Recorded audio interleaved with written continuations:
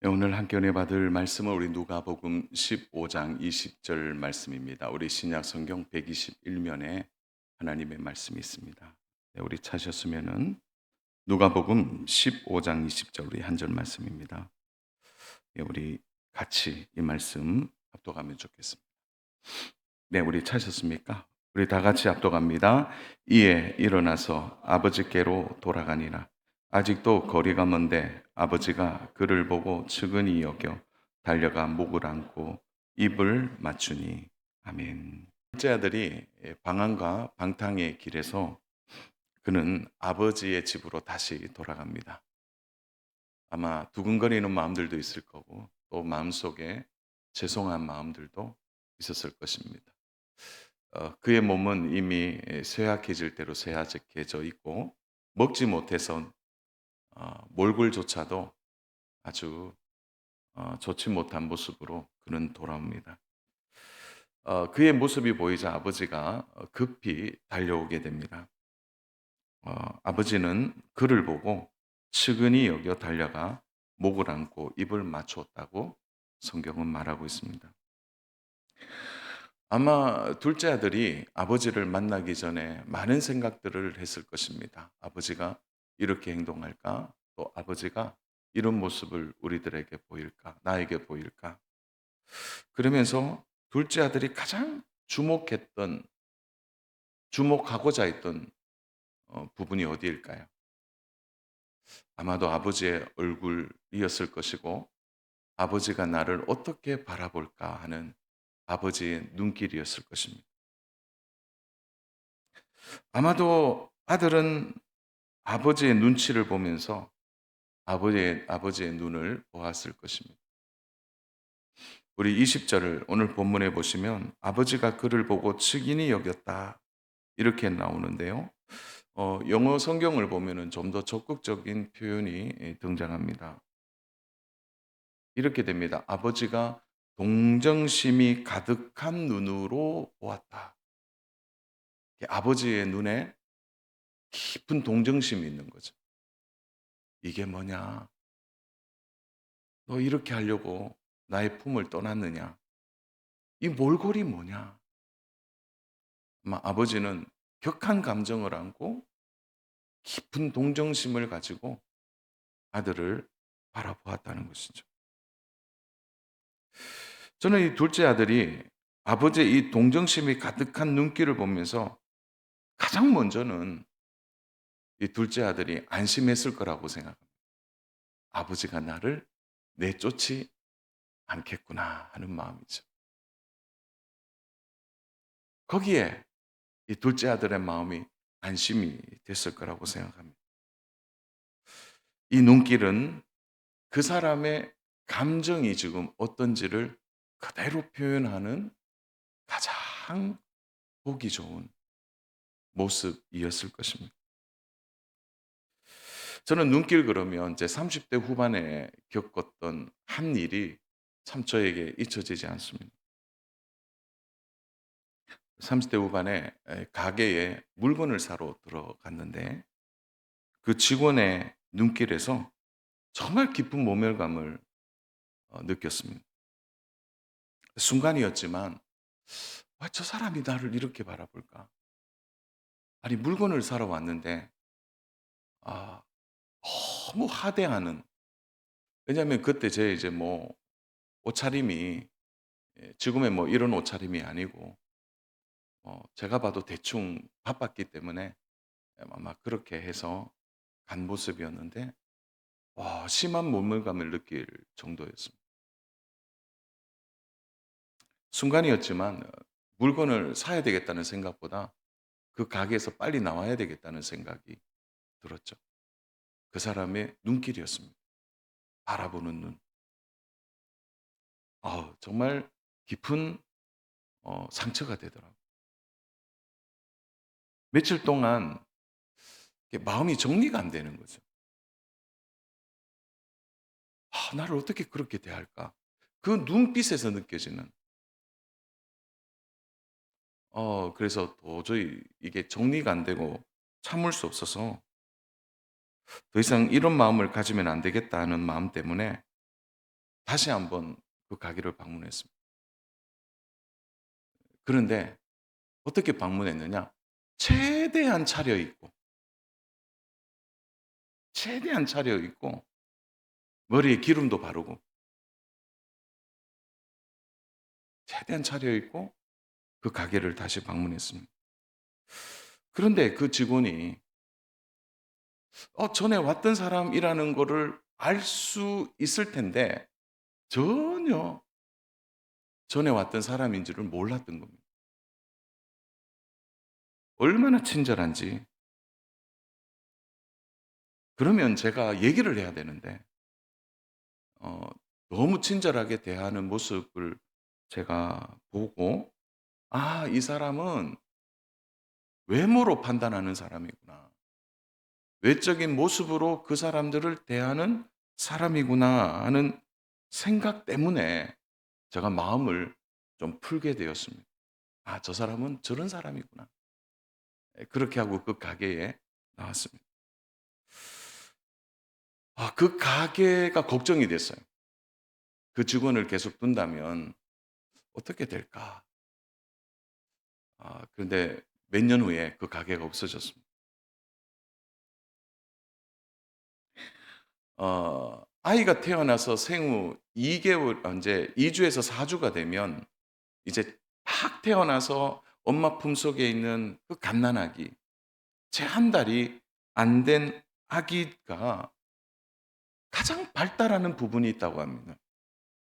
그것은 자신의 눈에 무엇인가를 고정하려고 하는, 다시 말해서 자신의 시선을 가지고 또 다른 시선과 마주치려고 하는 이 부분이 아이가 태어나서 한 달 동안 가지는 가장 발달하는 부분이라고 합니다. 그때 우리 아마 인제 우리 어머니들은 아실 거예요. 아이들이 이제 눈을 맞춘다 그러죠. 예, 눈을 맞추는 훈련을 아이가 하는 겁니다. 그때 어머니와 아이의 눈빛이 교환되고 아이들의 눈길이, 그 아기의 눈길이 어머니의 그 사랑스러운 눈길과 마주치는, 그것이 아이들이 첫 번째 경험하는, 그리고 그것이 발달의 첫 번째 과정에서 가장 중요한 과정으로 여기는 바로 생후에 일어나는 과정이라는 겁니다. 그때 엄마의 사랑스러운 눈길을 따라서 아이의 감정이 생기게 되고 아이의 정서가 그때부터 자라기 시작한다고 합니다. 그래서 태어나서 한두 달 동안은 그 어머니의 눈길이 절대적이라고 합니다. 그 눈길 아래 아이가 정서와 감정이 가장 아름답고 정상적으로 자라나게 된다는 거죠. 이때 부모님의 눈길이 너무나 중요한 것입니다. 사랑하는 여러분, 예수님께서 이 땅에 오셨을 때 예수님이 오셔서 마주했던 사람들, 죄인들, 세리들, 여인들, 어려운 사람들, 귀신 들린 자들, 그들을 대할 때 가장 먼저 하신 일이 무엇입니까? 우리가 신약 성경을 읽다 보면 자주 반복되는 단어들이 등장하는 것을 알게 됩니다. 그것은 예수님이 보시고라는 단어예요. 그래서 신약 성경에서 무려 예수님이 주어가 되고 예수님의 동사로 표현되는 보시다라는 단어가 무려 40번이나 나옵니다. 물론 병행 구절에 똑같은 사건을 사복음서에서 기록하면서 그것이 그 40번의 횟수 안에 들어가긴 하지만 예수님이 보시고라는 단어가 많이 나옵니다. 예수님의 눈길은 어떤 눈길이었을까요? 예수님이 죄인들과 세리들과 여인들과 그 병든 자들을 바라볼 때 그 예수님의 눈길은 우리는 어떻게 생각할 수 있을까요? 한 가지를 좀 우리가 성경에서 좀 찾아보면 좋겠는데요. 누가복음 19장 5절입니다. 우리 이 말씀 같이 한번 읽겠습니다.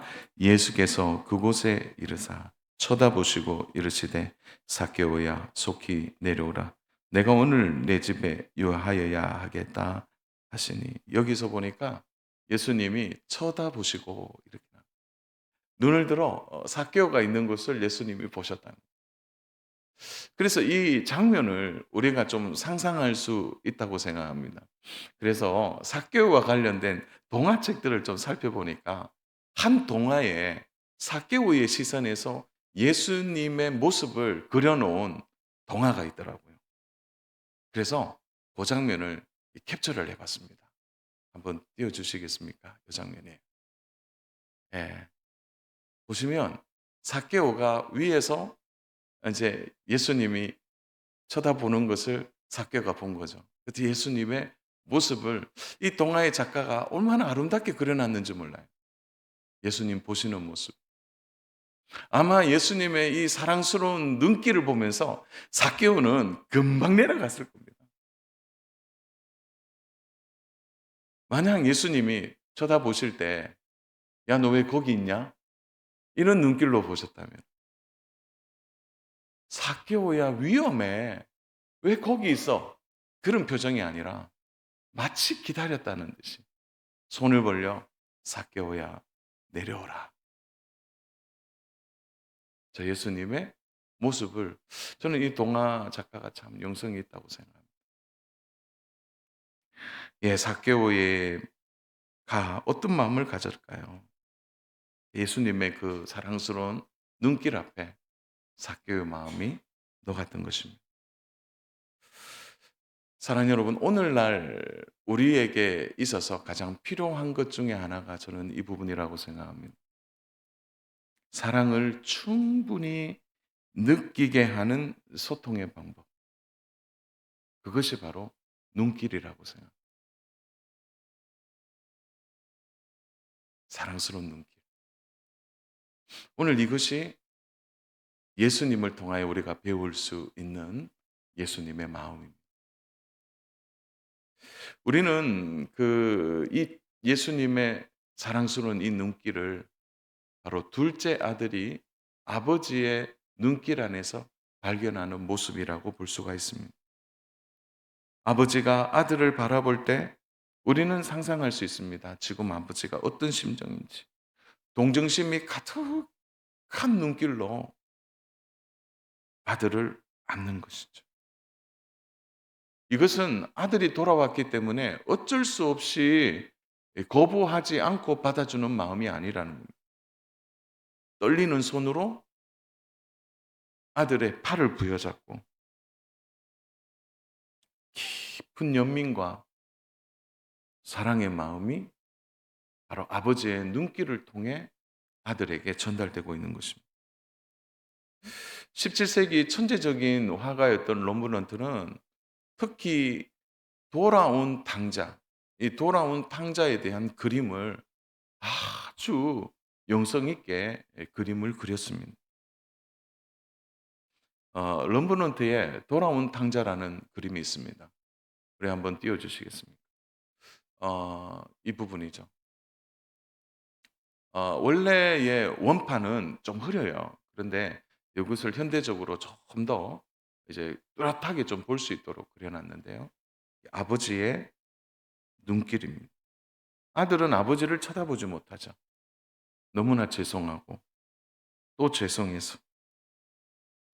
이러한 눈길은 더 이상 아들의 과거를 묻거나 아들의 행동을 지적하거나 아들의 잘못을 다그치고자 하는 눈길이 아니라는 거죠. 근데 우리는 여기에서 아버지의 눈길에서 무엇인가를 하나 발견합니다. 그것은 아버지가 모든 것을 정리하는.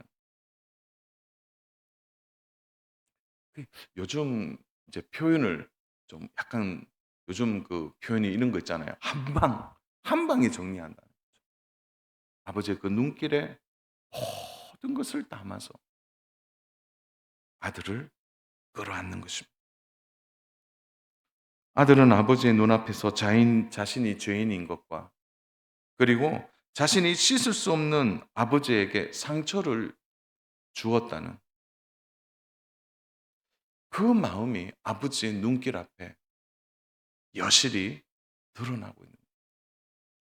사랑의 힘은 위대합니다. 왜냐하면 사랑은 무조건 덮는 것이 아니라 그 덮는 사랑 안에 죄를 드러내고 관계를 회복하기 때문에 그렇습니다.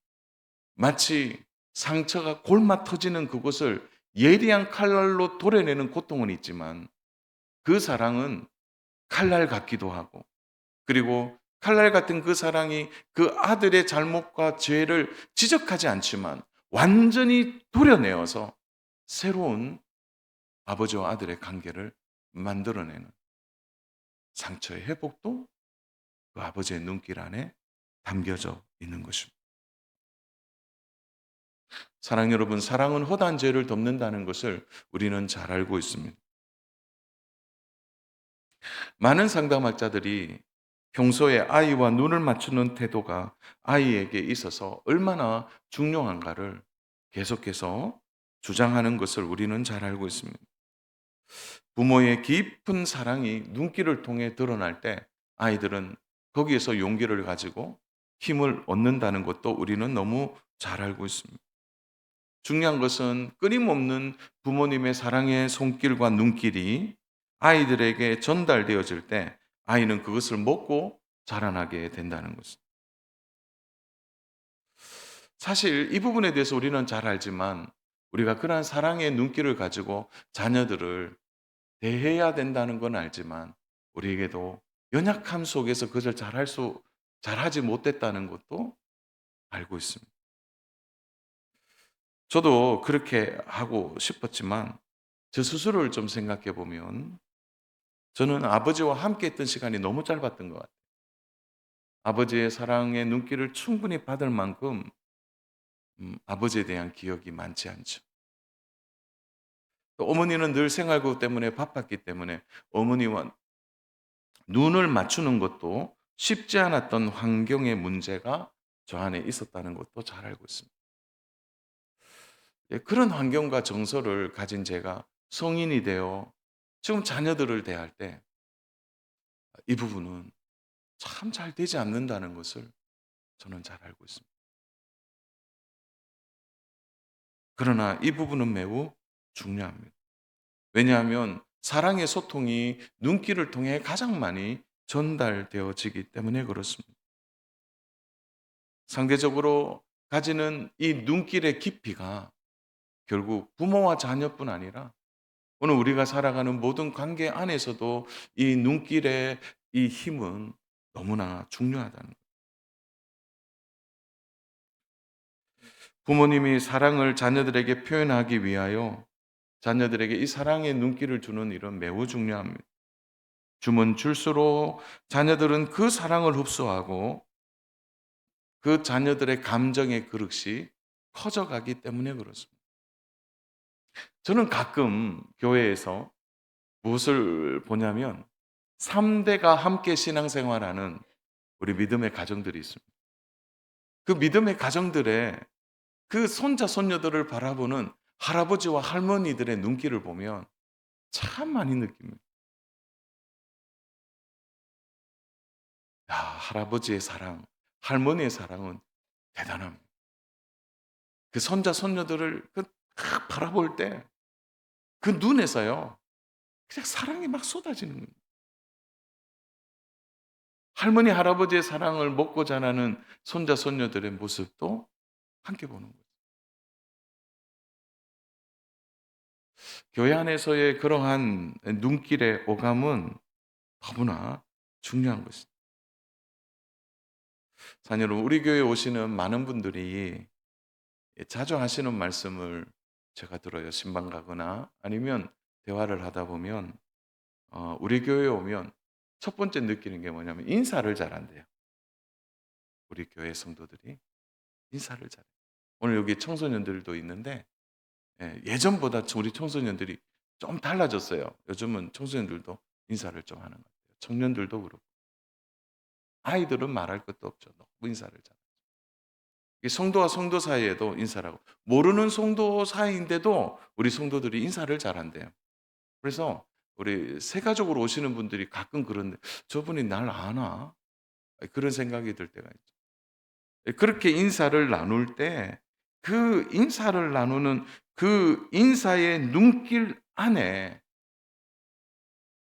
마음에 이제 평안함을 느끼게 되는 거예요. 한 분이 이제 우리 교회에 등록하시고 난 뒤에 이제 그분이 그런 얘기를 하더라고요. 지난번에 이제 등록하려고 어느 교회로 갔는데 너무 이렇게 바라보는 눈길이 자기를 힘들게 하더라고요. '왜 왔지? 왜 왔을까?' 이런 눈길들이. 그래서 동생한테 그랬대요. 여기에 오면 안 되겠다.' 그래서 우리 교회에 오게 됐는데 와서 보니까 아 얼마나 인사를 하는지 일단 마음이 평안해지고 마음속에 평안이 느껴지더라는 거죠. 교회 안에서 가장 어 좋은 소통의 방법은 서로 인사하면서 눈길을 주고받는 것입니다. 그렇다고 해서 일부러 눈을 가까이 이렇게 대고 인사하는 것은 부담을 주는 일이죠. 자연스럽고 따뜻한 눈길로 서로 인사하고 서로 눈을 마주하는 겁니다. 특히 눈이 작은 분들은 억지로 하실 필요 없습니다. 왜냐하면은 눈을 뜨나 감으나 눈은 작은 분들은 똑같기 때문에 눈을 크게 뜨기보다는 그냥 미소를 지어도 이렇게 스마일의 눈이 되니까 그 눈길이 오가야 되는 거죠. 사랑하는 여러분, 이 눈길은 그 사람의 마음을 표현하는 겁니다. 동시에 그 사람의 마음이 어디에 있는지도 알게 하는 것입니다. 오늘날에 힘들고 어려운 세대를 살고 시대를 살아가면서 우리 안에 스스로 가져야 될 중요한 믿음의 행동 중에 있다면 그것은 한 신앙생활을 하고 한 믿음의 공동체로 가지는 가장 중요한 행동과 태도 가운데 바로 사랑의 눈길을 가지고 서로를 대하는 것입니다. 한 마음이 되는 것입니다. 즐거워하는 자들과 함께 즐거워하고 우는 자들과 함께 울기 위하여 우리는 그 사람과 소통하는 가장 좋은 방법은 그 사람의 눈과 함께 서로의 사랑의 눈길을 교환하는 것입니다. 이러한 소통이 교회 곳곳에 일어나는 거다. 아이는 어른들과 또 어른은 아이들과 또한 부서는 교사와 교사 사이에 오가는 것입니다. 주일날 2부 예배 때 할렐루야 찬양대가 찬양을 할 때 사랑하는 여러분 어떤 눈으로 보십니까? 정말 하나님을 높여드리는 그 순간 모두가 한 눈으로 하나님의 영광을 드러내고자 하는 그 눈길의 소통이 함께 있는 거죠. 식당에서 서로 마주치거나 또한 이 복도를 오가거나 화장실 안이나 또한 서로 오갈 때 그러한 눈길이 오갈 때 서로 얼마나 힘이 되겠습니까? 위로가 되고 격려가 되는 마음의 경계를 풀고 하나님이 주신 한 믿음의 공동체 안에서 서로가 이러한 사랑의 눈길로 함께 해 나갈 때 그 사랑이 서로에게 힘을 주고 격려가 되는 거죠. 오늘 이러한 눈길이 우리에게 있기를 주님의 이름으로 축복합니다. 그러나 이것은 인격과 인품의 문제가 아니라는 거죠. 그것은 하나님께 사랑을 구할 때 가능하다는 것입니다. 그러므로 우리에게 이러한 사랑의 눈길이 되기 위하여 하나님의 사랑을 먹고 마시는 일은 매우 중요한 일입니다. 그래서 우리가 꼭 가져야 될 것은 하나님께 사랑을 구하라는 것입니다. 하나님께 이 사랑을 구하는 일은 너무나 중요합니다. 아들의 마음은 너무나 평안했을 것입니다. 아버지의 눈을 보는 순간 아들은 깨달았기 때문이죠. 죄인이 돌아와 가지는 평안이죠. 그동안 누리지 못한 마음인 거죠. 이 순간 그가 며칠을 굶어도 무엇을 먹지 못해도 그는 지금 배고프지 않았을 것입니다. 더 이상 무엇이 필요하겠습니까? 옷이 헤어지고 신발이 헤어져도 그는 그것을 요구하지 않아도 됩니다. 왜 그럴까요? 아버지의 눈을 보는 순간 모든 것을 알았기 때문에 그렇습니다. 아버지의 사랑을 이 시간 먹어도 다른 것이 필요 없다는 것을 알게 된 것입니다. 사랑하는 여러분, 하나님의 사랑을 먹고 마시는 자에게 누리는 이 만족은 오늘 우리의 모든 인간의 관계 속에, 교회 안에서의 성도들과의 관계 속에, 또 가정에서 부모와 자녀 사이에 모든 것을 통해내는 가장 중요한 마음입니다. 하나님의 사랑이 우리 안에 충만하다면 우리 안에 일어나는 배고픔의 문제, 물론 먹어야죠. 입어야죠. 그렇지만 그는 우리가 생활을 하면서 경험하는 문제들이 크다 할지라도 하나님의 사랑이 우리 안에 충만하다면 그 모든 것을 이겨내지 않을까요? 오늘날 우리에게 문제는 하나님의 사랑이 부족하다. 하나님께 이것저것, 하나님 이것 주세요. 하나님 이것도 필요합니다. 어쩌면 우리의 기도의 제목 가운데 빠져 있는 것이 있다면 하나님의 사랑일 것입니다. 언제부터인가 우리는 현실적인 것을 구하면서 가장 현실적인 하나님의 사랑을 구하지 못했다는 겁니다. 하나님의 사랑이 내 안에 충만케 하옵소서. 하나님의 사랑이 내 안에 충만하도록, 하나님의 사랑이 내 안에 가득하도록. 그래서 그 사랑의 눈으로 자녀들을 보고, 직장의 동료들을 보고, 교회 성도들을 보게 하옵소서. 그들의 허물 뒤에 감추어진 그들의 연약함을 보게 하셔서 그를 사랑으로 품어내게 하옵소서. 어느 순간 우리가 그 기도를 상실해버렸다. 하나님의 사랑을 구하는 기도가 우선순위에서 빠져버린 지 오래되었다면 다시 회복해야 합니다. 하나님, 하나님의 사랑이 내 안에 충만케 하옵소서. 하나님의 사랑을 구하세요.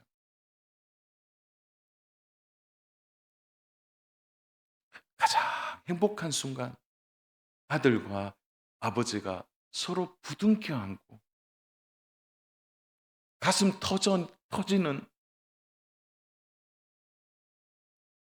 그 순간이 아버지와 아들 사이에 있을 때 우리는 또 한 사람을 만날 수 있습니다.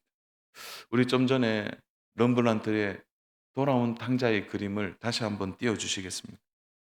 자, 오늘 이 그림을 보면 또 한 사람을 주목해 합니다.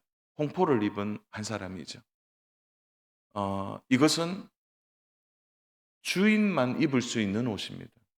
그러니까 아버지가 홍포를 입고 또 그 집의 주인인 위치에 있는 첫째 아들도 홍포를 입었습니다. 그 아들의 눈길은 어떤가요? 그 아들이 지금 동생을 바라보는 시선은 어떤가요? 성경은 이 부분에 대하여 분명히 얘기합니다.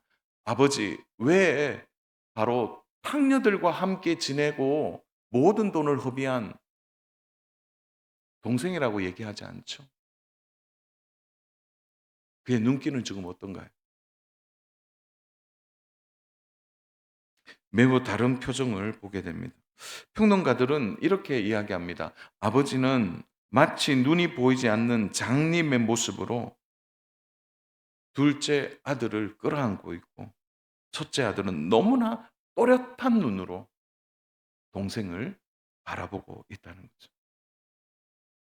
따지듯이 정죄하는 눈길이 바로 이 첫째 아들의 눈길입니다. 사실은 우리는 이러한 눈길을 성경에서 자주 보게 됩니다. 그것은 바로 바리새인과 서기관들의 모습입니다. 그럼 그들의 눈길은 어떻습니까? 우리 한 부분만 한번 살펴볼까요? 마태복음 12장 2절 말씀입니다. 우리 같이 한번 읽어보겠습니다. 시작. 바리새인들이 보고 예수께 말하되 보시오 당신의 제자들이 안식일에 하지 못할 일을 하나이다. 자, 성경에서 바리새인과 서기관들이 하는 주로 행동은 보고 정죄하는 일이었습니다. 아니면 수근거리는 일들이었죠. 그들은 사람들 속에 나름 경건하게 살았습니다. 그들은 정말 신실한, 어떻게 보면 생활 속에서 흠이 없을 만큼 표준으로 살았던 사람들입니다. 그들이 경건하고 바르게 살았음에도 불구하고 왜 사람들은 그들을 존경하고 따르지 않을까요? 그들의 눈은 어떤 눈인가요? 그들의 눈에서 사랑을 발견할 수 없습니다.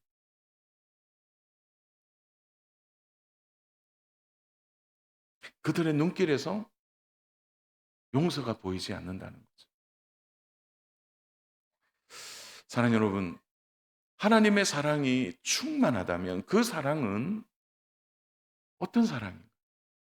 무조건 다 받아주고 품어야 됩니까?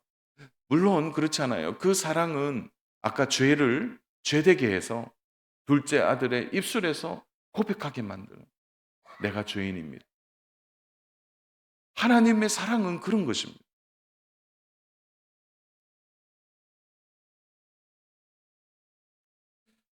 사랑 여러분, 우리도 신앙생활을 하면서 그래도 믿음을 지키고 힘쓰고 바르게 살아가려고 노력합니다. 그래서 신앙에 열심을 내고 그렇게 살다가 시간이 가고 세월이 가다 보면 우리 안에 우리도 모르게 자라는 또 하나의 판단의 기준을 가질 수 있다는 거죠.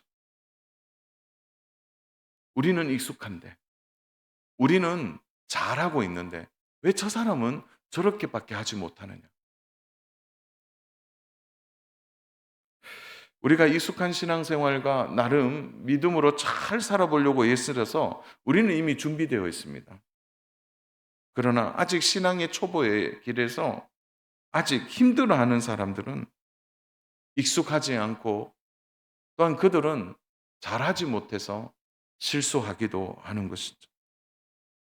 우리가 그들에게 바른 신앙을 가르치는 일은 매우 중요합니다.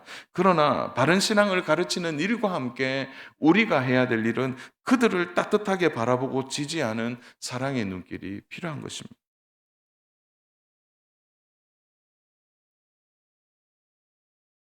저는 우리 교회가 너무 좋습니다. 정말 좋은 교회입니다. 왜냐하면 신앙이 자라지 않는 성도들을 바라볼 때 저는 우리 교회가 매우 성숙한 교회라고 생각합니다. 기다리는 훈련이 잘 됩니다. 기다릴 줄 아는 교회입니다. 어떤 교회는 칼날처럼 너무 예리해서 한 번 실수하면 그냥 바로 그냥 끝을 냅니다. 그러나 우리 교회는요, 부족한 부분을 보면 기도해 주고 그리고 기다려 주고 그래도 많이 사랑하려고 애를 쓰는 교회라는 것을 정말 많이 느낍니다.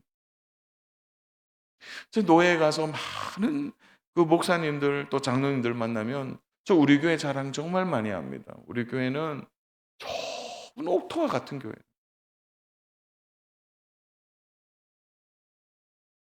사랑 여러분, 오늘날 능력 있는 교회는 무엇입니까?